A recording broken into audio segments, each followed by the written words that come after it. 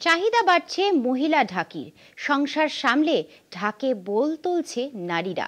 কাটোয়ার সুতপুরের মহিলা ঢাকি গোষ্ঠী এবার বায়না পেয়েছে ভিন রাজ্যে।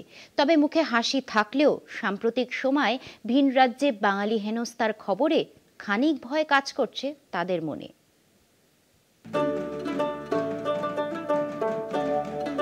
কাটোয়ার সুতপুরে চিত্রা মহিলা ঢাকি গোষ্ঠী দুর্গাপুজোর প্রাক্কালে মহড়া দিতে ব্যস্ত।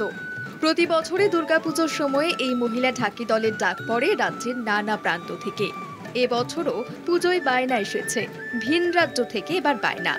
তবে এই আনন্দের মধ্যেই দানা বেঁধেছে একরাশ দুশ্চিন্তা। ভয় তো আছি, আতঙ্কায় ভয় থাকবে না, কিন্তু তবুও দেখি বাইরে গিয়ে তো এতদিন ঘুরলাম, কিছু হয় না। এই আসামে হয়েছিল আর এখন এইটা হচ্ছে বাঙালিদের নিয়ে। হ্যাঁ, এবার বাইরে গিয়ে দেখা যাক কি হয় না হয়, এগুইছি তো সাহস করে সব কাজে। সম্প্রতি ভিন রাজ্যে বাংলা ভাষাভাষীদের নিয়ে হেনস্থার একাধিক ঘটনা সামনে এসেছে। আতঙ্ক তাই স্বাভাবিক। তবে পেটের টানে ঢাক বাজাতে পাড়ি দিচ্ছে ঝাড়খণ্ডের রাঁচি ও উত্তরপ্রদেশের লখনৌতে। তাঁদের আশা, ঢাকের বাজনায় ভিন রাজ্যের মানুষও এবছর মেতে উঠবেন। আমি 14 সাল থেকে রিহার্সেল দিতে লেগেছি।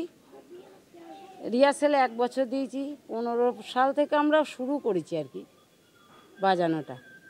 এখন কতজন আপনার সাথে ঢাক বাজাচ্ছে? আমার সাথে 30 জন আছে।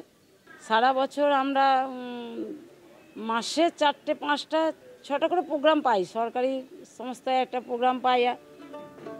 হাতে গোনা আর কয়েকটা দিনের অপেক্ষা, চারিদিকে দুর্গাপুজোর আমেজ। ইতিমধ্যেই শুরু হয়েছে পুজোর তোড়জোড়। বায়না নেওয়া শুরু করেছে ঢাকিরা।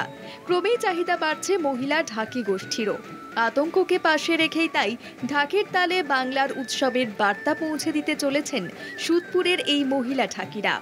কাটোয়া থেকে চন্দন সেনগুপ্তের রিপোর্ট, কলকাতা টিভি।